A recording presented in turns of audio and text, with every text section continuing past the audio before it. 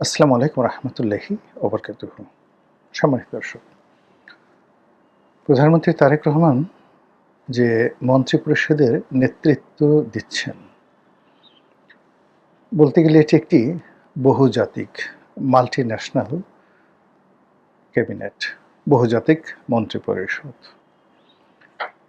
দ্বিতীয়ত, এখানে বিভিন্ন মত, পথ, তারপর চেহারা, সুরত, শিক্ষা, দীক্ষা, আকার, আকৃতি, মানে যাকে বলা হয় প্রকৃতি যেভাবে তার যে অপার সৌন্দর্যবোধ, অপার যে চিন্তা চেতনা এবং তার যে ভ্যারিয়েশন, ভিন্নতা, এটি দিয়ে ফসলের মাঠ সাজান, বন জঙ্গল সাজান, পাহাড় পর্বত নদী নালা সাজান এবং সেখানে বৈচিত্র্য থাকে।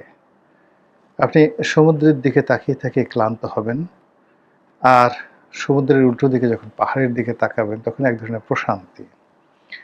কিংবা পাহাড় দেখতে দেখে যখন আপনার মেজাজ গরম হয়ে যাবে তখন আপনি সমুদ্রের যে স্বপ্নীল ফেনা, তার মধ্যে আপনি বনলতা সেনকে খুঁজে পাবেন। আপনি সুন্দরবনে যান, আমাজনের জঙ্গলে যান, কিংবা সাহারা মরুভূমি অথবা গোবি মরুভূমিতে যান,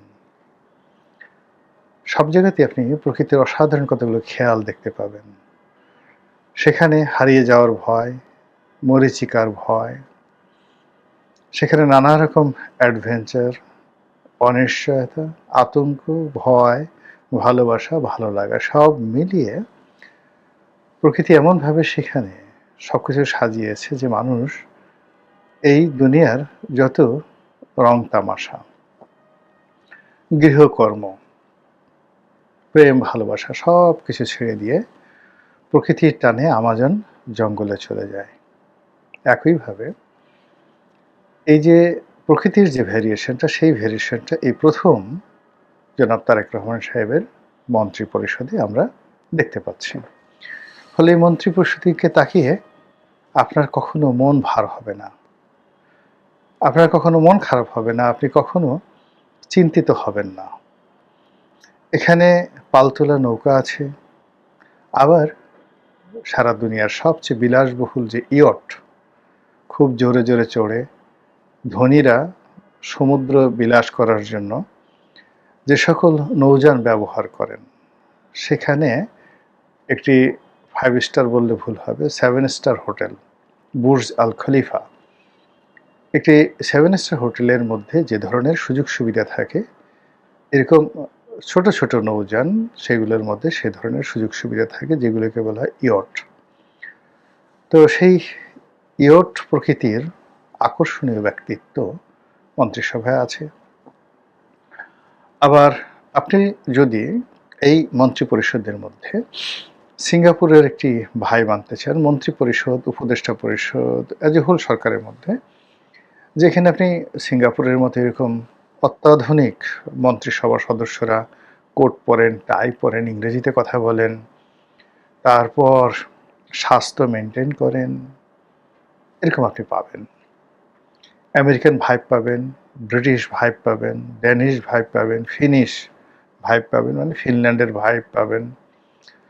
তারপর এখানে ডাক্তার পাবেন, কবিরাজ পাবেন, ইঞ্জিনিয়ার পাবেন, কি না পাবেন। পাহাড়ি সম্প্রদায় থেকে শুরু করে আহলে সুন্নাত ওয়াল জামাত পাবেন, অথবা আপনি আহলে হাদিস পাবেন, নানা রকম মানে বর্ণ বৈচিত্র্য। এর মধ্যে কবি নজরুলের মতো ঝাঁকড়া চুলওয়ালা লোকজন পাবেন, আবার সেনাবাহিনীর মতো ছোট ছোট করে চুল ছাটেন, লেফট রাইট করে ঘুরে বেড়ান, এরকম লোকও পাবেন। এখানে আপনি বাউল প্রকৃতির লোক পাবেন, প্রায় জটাধারী, একেবারে ফরহাদ মাঝহারের চাইতেও জটাধারী, এরকম লোকজন পাবেন। আবার দাড়িওয়ালা সফেদ অলি আল্লাহ, গাউস কুতুব, পীর মাশায়েখ দেখলে মনে হবে হস্ত ধরে চুম্বন খাই, পদে স্পর্শ করে পদধূলি নিয়ে জীবনকে জুড়াই, এরকম বৈচিত্র্যময় একটি মন্ত্রিসভা আমাদের মাননীয় প্রধানমন্ত্রী জনাব আলহাজ তারেক রহমান সাহেব আমাদেরকে উপহার দিয়েছেন। এই মন্ত্রিসভা কেমন করছে বা কেমন করবে, এগুলো নিয়ে আমাদের আসলে এই মুহূর্তে আলোচনা করার প্রয়োজনও নাই, দরকারও নাই। আমরা যারা জনগণ, আমরা তাদেরকে দেখব। আচ্ছা বলুন তো, আকাশে চাঁদ উঠে বা তারকা যে পিটপিট করে জ্বলে, আমরা কি আজকে চাঁদ কত আলো দিল, তারকা কিভাবে আলো দিল, এগুলো চিন্তা করি? কখনো না। চাঁদের প্রভাবে, তারকার প্রভাবে, তারপর গ্রহ নক্ষত্রের প্রভাবে পৃথিবী যে তছনছ হয়ে যায়, কখনো ঘূর্ণিঝড় হয়ে যায়, কখনো জোয়ার হয়, কখনো সুনামি হয়, কখনো ভূমিকম্প পর্যন্ত হয়ে যায়। আমরা কি সেগুলোর খোঁজখবর রাখি? আমরা সেগুলো খোঁজখবর না রেখে সূর্যের দিকে তাকিয়ে আমরা কবিতা লিখি, গান রচনা করি, সূর্যকে প্রণাম দেই, প্রণতি দেই। চাঁদের দিকে তাকিয়ে বিমুগ্ধ দৃষ্টিতে আমরা প্রেমিকার মুখমণ্ডল অঙ্কন করি হৃদয়ে এবং মস্তিষ্কে। এই তো ঘটনা। তো সেই দিক থেকে আমাদের এই রাজনীতির আকাশে যে চাঁদ উঠেছে, যে তারার মিলন ঘটেছে, আমাদের রাজনীতির আকাশে, রাজনীতির বাতাসে, রাজনীতির হাট এবং বাজারে যে সকল রুই, কাতলা, বোয়াল, মৃগেল, এগুলো আমরা দেখতে পাচ্ছি। এগুলো দেখতে পাচ্ছি, এতেই কি যথেষ্ট খুশি নন আপনি? এর বাইরে আপনার এত চিন্তা ভাবনা করার দরকার কি? কথাগুলো এই কারণে বললাম যে অতি সম্প্রতি আমাদের মাননীয় প্রধানমন্ত্রী শহীদ প্রেসিডেন্ট জিয়াউর রহমান তনয় এবং দেশনেত্রী বেগম খালেদা জিয়ার সুযোগ্য পুত্র, বাংলাদেশের গর্ব এবং বহু তরুণের এবং তরুণীর নীতি এবং আদর্শের একেবারে চূড়ান্ত জাজ্বল্যমান মেডেল, যাকে দেখে আমাদের তরুণ সম্প্রদায় স্বপ্ন দেখতে শিখে, যার কর্ম, যার সফলতা দেখে মানুষ ওইরকম সফল হতে চায়। কাজে তার রুচি, তার আভিজাত্য, তার চিন্তা চেতনা, এগুলোকে শ্রদ্ধা করতে হবে, ভালোবাসতে হবে, হৃদয় থেকে ভালোবাসতে হবে। প্রশ্ন করা চলবে না। এত প্রশ্ন করলে আসলে এগুলো ঝামেলার। স্বয়ং আল্লাহ নিষেধ করে দিয়েছেন আননেসেসারি প্রশ্ন করার জন্য। আপনি দেখেন সূরা বাকারা পড়ে দেখেন, সেখানে পুরো একটা জাতির যে বিপদ এবং বিপত্তি, একটা জাতির যে ধ্বংস, এটা হয়ে গিয়েছিল কেবলই মাত্র অনাহুত, অনভিপ্রেত, অপ্রয়োজনীয়, আননেসেসারি প্রশ্ন করার কারণে। আমাদের এই সমাজে আমরা সুযোগ পেয়ে এখন প্রশ্ন করছি। একটা সময় ইতিহাসে হাল্লা রাজা ছিল, কথা বলতে গেলে জিহ্বা কেটে দিত। ইতিহাসে অনেক রাজাবাদশা ছিল যারা কথা বলতে গেলে ঠোঁট সেলাই করে দিত, কণ্ঠের উপর কুড়াল মেরে দিত। তো এই কারণে কি হতো, ওই সমস্ত রাজারা খুব আরামে ছিল। এখন আপনি গণতন্ত্র পেয়েছেন, সুশাসন পেয়েছেন, সংবিধান পেয়েছেন, একটি দলকে ভোট দিয়ে ২১১ 2/3 মেজরিটি দিয়ে আপনি তাকে ক্ষমতায় পাঠিয়েছেন। ৬ মাস যে সারতে পারেনি, এর মধ্যে আপনি ও কেন এলো, ও কেন খেলো, ও কেন গেল, ওর কি হলো, ও এমন কেন, ওর গায়ের রং সাদা কেন, ওর গায়ের রং কালো কেন, ওর নাকটা বাঁকা কেন, ওর ঠোঁটটা এভাবে নড়ে কেন, এগুলো কোনো প্রশ্ন? ও চুমু দেয় কেন, ও কোলাকুলি করে কেন, ও হ্যান্ডশেক করে কেন, ও পায়ের উপর পা তুলে বসে কেন, ও পাঞ্জাবি পরে কেন, ও আর কি বলবো, হাজার হাজার প্রশ্ন। এগুলো সহ্য করা যায়? এই কথাগুলো বলছি এই কারণ যে আমাদের মাননীয় প্রধানমন্ত্রী, আমাদের দেশের রত্ন, আমাদের সকলের দুই চোখের মণি জনাব তারেক রহমান সাহেব, তিনি যাকে ভালোবাসবেন তার নেতাকর্মীদের উচিত, জনগণের উচিত তাকে বিনা শর্তে ভালোবাসা। তিনি যাকে সমর্থন করবেন, কোনো রকম প্রশ্ন ছাড়া তাকে সমর্থন করা। তিনি যা কিছু করবেন সেটাকে আল্লাহু আকবার বলে, আলহামদুলিল্লাহ বলে সেগুলোকে সমর্থন জানানো। এর মধ্যেই মুক্তি, এর মধ্যেই তৃপ্তি, এর মধ্যেই ইমতিহান, এর মধ্যেই আজাদি, এর মধ্যে ইনকিলাব। এর বাইরে গেলেই সমস্যার সৃষ্টি হবে। পৃথিবীর যা কিছু কল্যাণ, যা কিছু মহান, যা কিছু মহৎ, সেটা আনুগত্যের মধ্যে, বেয়াদবির মধ্যে নয়। আমরা এখন ইদানিং বিভিন্ন কারণে বেয়াদব হয়ে যাচ্ছি। এই গত ২ বছর ধরে আমাদের বেয়াদবি একেবারে কি বলবো, সকল সীমা ছাড়িয়ে যাচ্ছে। আমরা যার তার কান মূলে দিতে চাচ্ছি, যাকে তাকে উলঙ্গ করতে চাচ্ছি। আগে শুধু জাইঙ্গাটা রাখতাম, এখন জাইঙ্গাও রাখতে চাচ্ছি না। আমরা যাকে তাকে আরো মন্দ কাজ করতে চাচ্ছি। এই বিষয়গুলো ভালো না রে বাবা, এই বিষয়গুলো ভালো না। বাবার বললাম এই কারণে যে তরুণরা এখন খুবই রাগ হয়ে যাচ্ছে, তাদেরকে নিয়ন্ত্রণ করা যাচ্ছে না। তো সে কারণে এখন তো বলতে গেলে আমি দাদা হয়ে গেছি, নানা হয়ে গেছি। কাজে এখন যারা তরুণ তারা সবাই অনেকে আমার সন্তান সম বা সন্তানের বয়সী।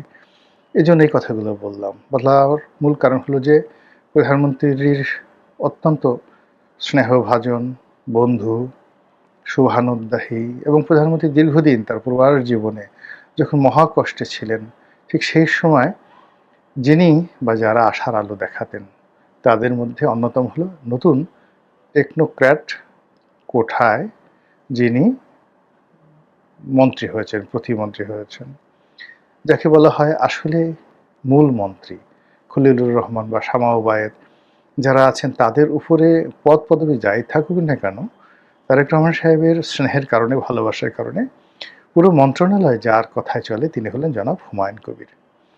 এখন সেই হুমায়ুন কবির সিলেটে বাড়ি, একে তো তারেক রহমান সাহেবের স্নেহভাজন, তারপর তারেক রহমান সাহেবের স্ত্রী জুবাইদা রহমান, তার যে বাড়ি সিলেট, সেই সিলেট অঞ্চলের মানুষ। তারপরে সিলেটের আঞ্চলিক ভাষায় তিনি সুন্দর করে কথা বলেন, ইংরেজি এবং সিলেটের আঞ্চলিক ভাষায়। তিনি একেবারে ছোটকাল থেকে ইংল্যান্ডে থাকেন। তো সেই মানুষটির নাগরিকত্ব নিয়ে এক সাংবাদিক প্রশ্ন করেছেন। আমি তাকে বেয়াদব বলবো না, তবে এই ধরনের প্রশ্ন কেমন শোনায় বলেন তো? আপনি মন্ত্রী হয়েছেন, আপনার পাসপোর্ট কি, বা আপনি কোন দেশের নাগরিক, আপনার ব্রিটিশ পাসপোর্ট ছেড়েছেন কিনা, এটা কি ধরনের খাজুরি আলাপ, খুচরা আলাপ?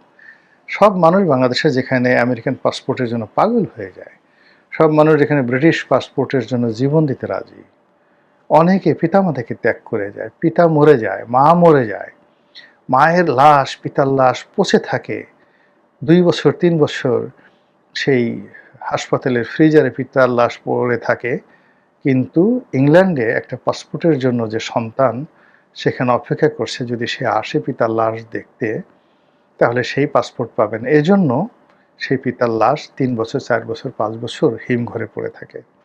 তারপর কোনো এক প্রতিবেশী সেই বা ওই হাসপাতাল কর্তৃপক্ষ আঞ্জুমানে মফিদুল ইসলামের হাতে দিয়ে দেয়। এরকম লোভনীয় একটা পাসপোর্ট জনাব হুমায়ুন কবির সাহেবের হাতে আছে।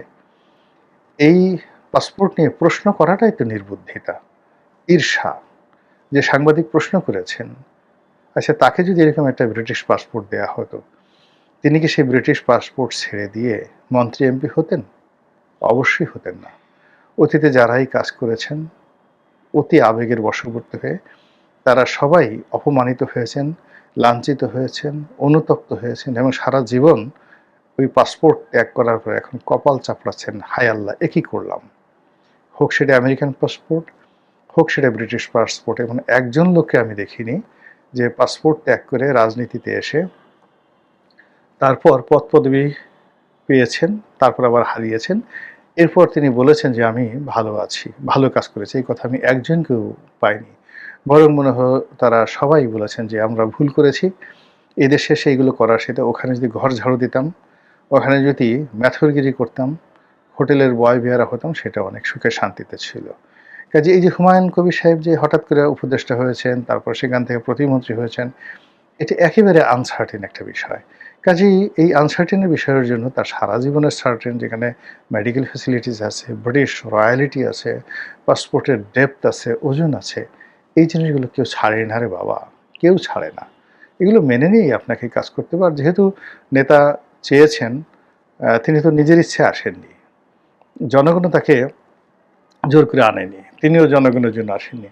তিনি এসেছেন নেতার ইচ্ছায়, কাজ করছেন নেতার ইচ্ছায়, এবং তিনি থাকবেন নেতার ইচ্ছায়, চলেও যাবেন নেতার ইচ্ছায়। এখানে আপনার আমার কিচ্ছু করার নাই সোনা, কিচ্ছু করেননি। কাজেই এই ধরনের প্রশ্ন এরকম একটা প্রশ্ন জনাব আন্দালিব রহমান পার্থক্য করা হয়েছে। So it's very bad. এই ধরনের প্রশ্ন মুখ থাকলেই সব কথা বলা যায় না। ঠোঁট থাকলে সব শব্দ উচ্চারণ করা যায় না। কণ্ঠ মানে গলা থাকলে সব গান গাওয়া যায় না। আপনি কি পারবেন এলভিস প্রিসলির মতো কোন গান গাইতে? আপনার গলা আছে। তো এইভাবে আসলে সব প্রশ্ন করতে হয় না। সরকার তার রুচি অনুযায়ী, আভিজাত্য অনুযায়ী একটি আন্তর্জাতিক ক্যাবিনেট, একটি মাল্টিন্যাশনাল, একটি মাল্টি ফাংশনাল মন্ত্রী পরিষদ গঠন করেছেন মূলত যেন আমাদের দেশে একটা ভাইব আসে। আপনি একদিকে যাবেন মনে হবে সিঙ্গাপুর, আর একদিকে যাবেন মনে হবে ইংল্যান্ড, অন্যদিকে যাবেন মনে হবে আমেরিকা, আর একদিকে যাবেন মনে হবে যেন আপনি সৌদি আরবের বড় কোনো পোতাশ্রয়ে গিয়েছেন। আরব আরব একটা ফিলিংস, বুর্জ আল খলিফার মতো একটা ফিলিংস, এরকম একটা অবস্থা। তো সেইভাবে তো আসলে সাজিয়েছে।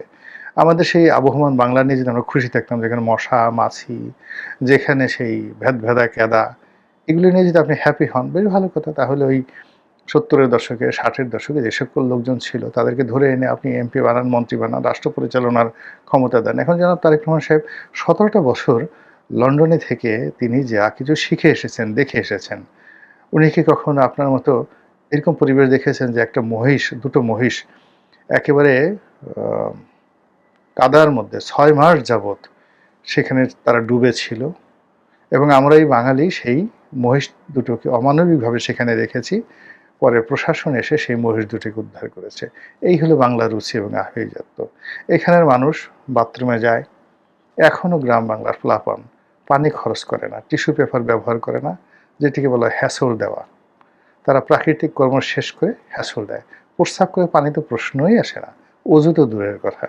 অনেক লোক মানুষ এই প্রাকৃতিক কর্ম করে, প্রাকৃতিক কর্মে কোনো হ্যাসলও দেয় না, ডাইরেক্ট নদীতে নেমে চলে যায়, ওখানে গোসল করে এবং ওখানে গিয়ে সমস্ত কাজকর্ম করে। আপনি এটা অস্বীকার করতে পারবেন? তো সেখানে একজন লোককে আপনি ব্রিটিশ পাসপোর্ট ছাড়তে বলছেন। সি সি সি সি। আল্লাহ আপনাকে, আমাকে, আমাদের সবাইকে হেদায়েত দান করুন। আসসালামু আলাইকুম রহমতুল্লাহি ওয়া বারাকাতুহু।